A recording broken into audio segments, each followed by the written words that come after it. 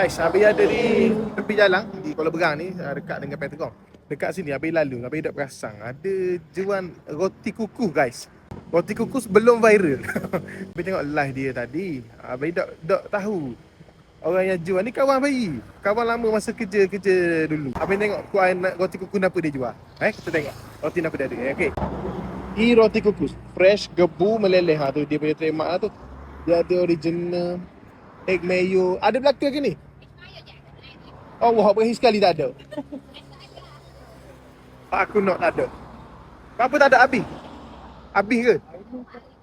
Oh, Abi nak tu tak ada. Rendang, carbonara, bolognese.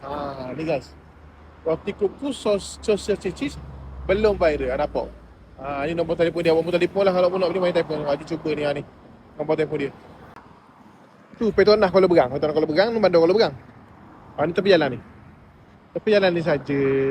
Okey, beres. Roti kuku betul lah dia. Ni owner dia guys. Ni owner dia. Owner dia. Tu bini dia tu. Abang kata kawan bayi bini dia tu. Oh. Ni kejadian dia. Gebu-gebu Oh. Tu. Kita tak tahu kan ada benda-benda gini kat sini. Aku dah cari roti sosis kan.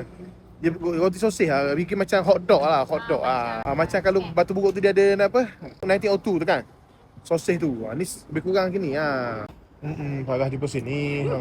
Ini pesan kau. Dulu dia awet cung Kuala Terengganu kan. Memang berebut orang dulu. Ni boleh kata lelaki dia. Nasib apa-apa pun. Aduh. Oh, gitu cerita dia. Ni original. Ni carbonara bolognese. Carbonara Ni bolognese. ada topping dia. Tapi kalau original gitu je lah. Original gini. Oh gini. Ni siap gini, lepas tu dikukus kejap. Tak apa. Duit aja. Okey, Terima kasih Kak. Terima kasih Kak. Kak pusing Kak? Masuk video Okey, buka nak tengok ni tengok. Carbonara. Buka lah nak tengok. Parah ni. Okey, carbonara. Carbonara. Tulang dia nak buat Okey, ni bolognese. Bolognese. Dok mayo tak ada, esok ada. Esok ada. Esok bayi mari tak ada jaga barang. Ada.